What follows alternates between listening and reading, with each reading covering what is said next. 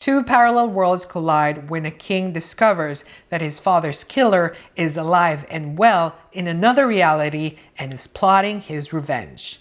This is the review for the Korean drama sci-fi TV series The King, Eternal Monarch. Warning, there are gonna be spoilers.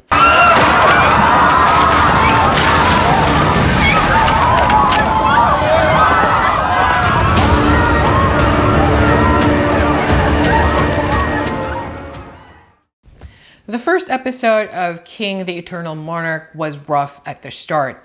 We see a lot of different scenes, a lot of actions, a lot of character introductions at the start that by the time it rolls over to 30 minutes, I'm still not quite sure what is going on.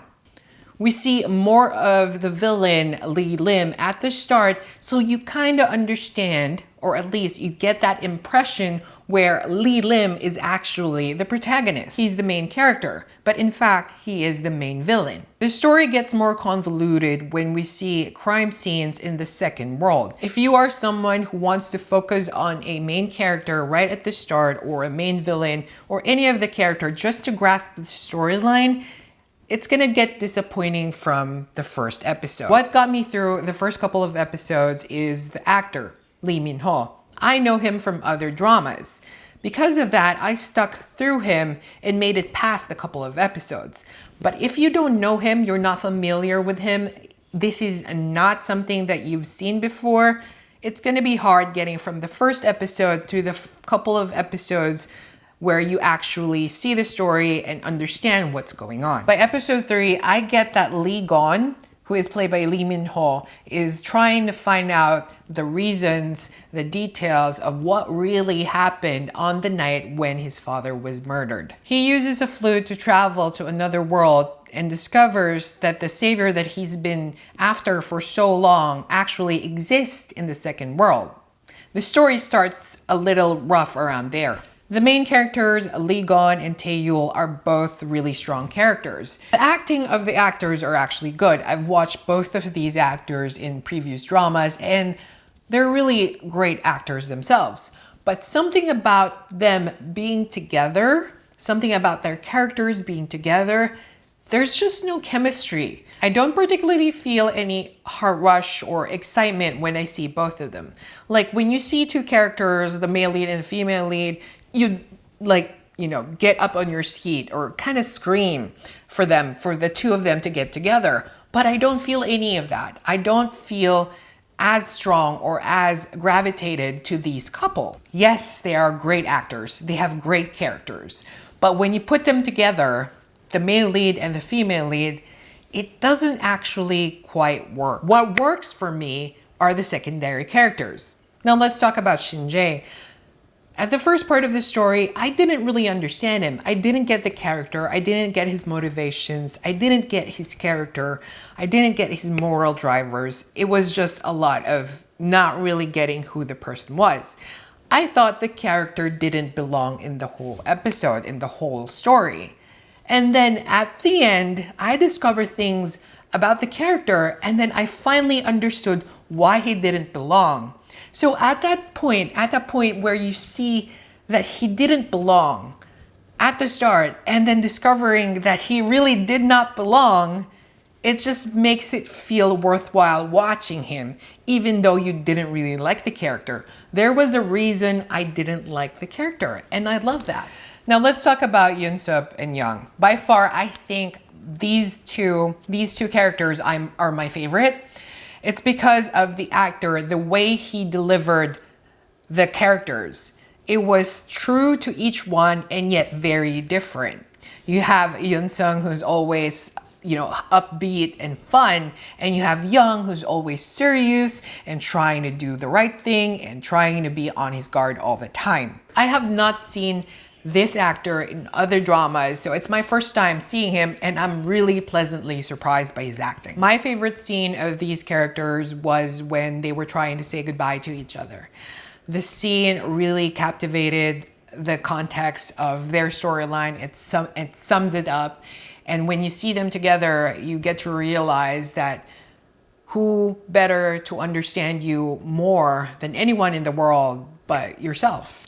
The main villain of the story is Lee Lim, but like the main characters, he didn't really deliver as much. We didn't really get to see the character of Lee Lim in depth. We didn't get to see his background, his reasons, his motivators of why he's being so gritty, why he's being so ambitious, and why does he want to kill his family. Because I didn't understand the main villain as much, I gravitated towards more to the secondary villain, which is the Prime Minister. From the first episodes to the last episodes, I disliked the character. I hated the Prime Minister. She was so awful. She acts like a greedy, jealous girlfriend or wife when they're not even together. Him and her weren't together and she acts all crazy about him. I've never seen this actor before in other dramas and it's my first time seeing her and she really did a good job. She was really hateful. I give the series a 4 out of 5. The story was moving forward, it was fast-paced, there are enough conflicts to keep you going throughout the episodes and mysteries as well. The acting was great, especially for the secondary characters. They really carried on and delivered. What I didn't like about the series were all the time jumps.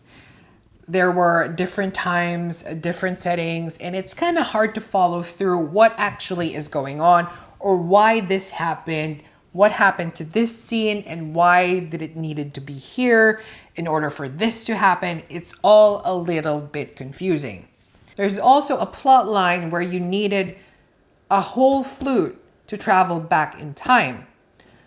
And then there is a scene where Lee Gon and Young travel back to time using only half a flute, when I thought you needed both halves to travel. There is also an unnecessary character that appeared throughout the series. I believe he is a personification of the flute or a real person. I'm not quite sure, because if you strip him away from the episodes, the stories actually kind of work. I don't know what he delivers, what change he delivers to the storyline, or how I would better appreciate the whole drama if I knew his background or I knew what he is, what his reasons were. He just didn't work.